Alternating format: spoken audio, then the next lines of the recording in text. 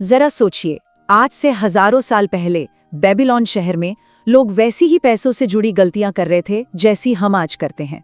ये कहानी है सोने की चमक के पीछे छिपे एक ऐसे सच की जो वक्त के साथ बदला नहीं है। ये उधार देने और जोखिम को समझने का एक ऐसा सबक है जो हमेशा काम आता है। तो कहानी के हीरो है रोडन, एक भाला बनाने वाले कारीगर। उसकी कला से राजा इतने खुश हुए कि उसे इनाम में 50 सोने के सिक्के दे दिए। सोचिए, एक ही पल में रोडन की पूरी दुनिया बदल गई। ये सिक्के सिर्फ सोना नहीं थे, ये थे उसके सपनों की चाबी, एक बेहतर भविष्य का सीधा सीधा वादा।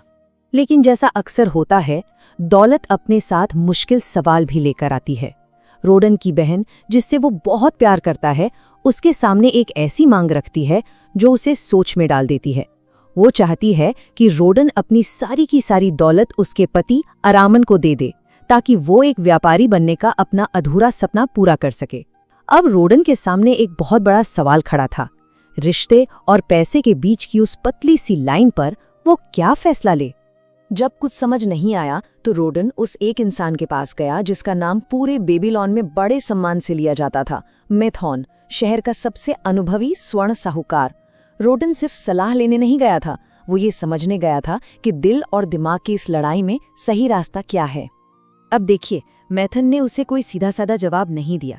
इसके बजाय उसने एक कहानी सुनाई, एक बैल और एक गधे की।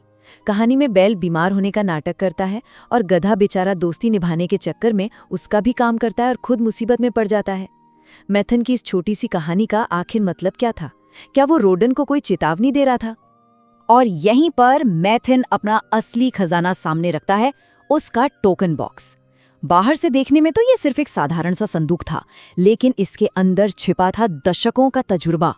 इस बक्से में रखा हर एक टोकन दिए गए एक कर्ज की कहानी कहता था, किसी की जीत की तो किसी की हार की। मेथन बक्से से पहला टोकन निकालता है, एक कान से का हार। ये कहानी थी एक ऐसे दोस्त की जिसने अपनी पत्नी के फिजूल खर्चों को पूरा करने के लिए कर्ज लिया था। इसका अंजाम एक भयानक झगड़ा, दोस्त की मौत और एक ऐसा कर्ज जो कभी वापस नहीं आया। सबक बहुत कड़वा लेकिन साफ था। जब भावनाएं दिमाग पर हावी हो जाती हैं तो पैसा अक्सर डूब ही जाता है। फिर मेथन दो और कहानियां सुनाता है जो दो बिल्कुल अलग दुनिया दिखाती हैं। एक तरफ एक किसान था जिसने एक सोची समझी पक्की योजना के लिए कर्ज लिया और समय पर चुका भी दिया। दूसरी तरफ एक माँ थी जिसने अपने अनुभवहीन बेटे के लिए प्यार में अंधे होकर कर्ज लिया और वो पैसा लगभग डूब ही गया था। मेथन सिर्फ इसलिए बच गया क्योंकि उसने गारंटी के तौर पर कीमती गहने रखवा लिए थे। तो ये सिर्फ कहानियां नहीं थीं, ये मेथन के सालों का निचोड़ था जिसने उसे एक बहुत ही सरल लेकिन शक्तिशाली नियम सिखाया था। अपनी मेहनत की कमाई, अपनी पूंजी की रक्षा हर कीमत पर करनी है। मेथन के हिसाब से एक सुरक्षित कर्ज हमेशा 3 मजबूत खंभों पर खड़ा होता है। पहला, क्या उधार लेने वाले के पास कर्ज की रकम से ज्यादा की संपत्ति है? दूसरा, क्या उसकी कमाई करने की क्षमता इतनी पक्की है कि उस पर कोई शक ना हो? और तीसरा, क्या कोई भरोसेमंद इंसान उस कर्ज की गारंटी ले रहा है? अगर इन तीनों में से एक का भी जवाब नहीं है तो समझ लीजिए कि पैसा खतरे में है। इन सारी कहानियों के बाद मेथन वापस रोडन की असल समस्या पर आता है।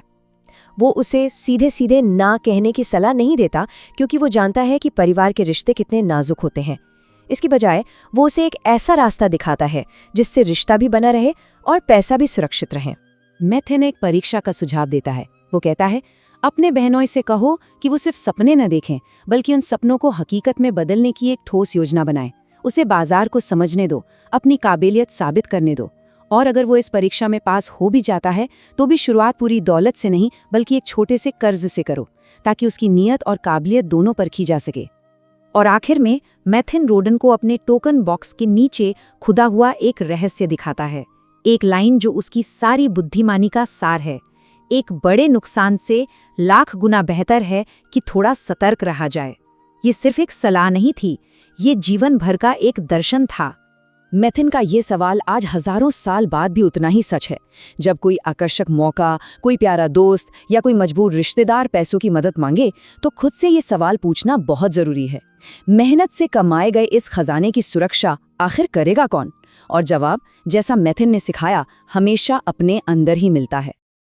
कृपया वीडियो को लाइक करें, कमेंट करें, शेयर करें और सब्सक्राइब करें।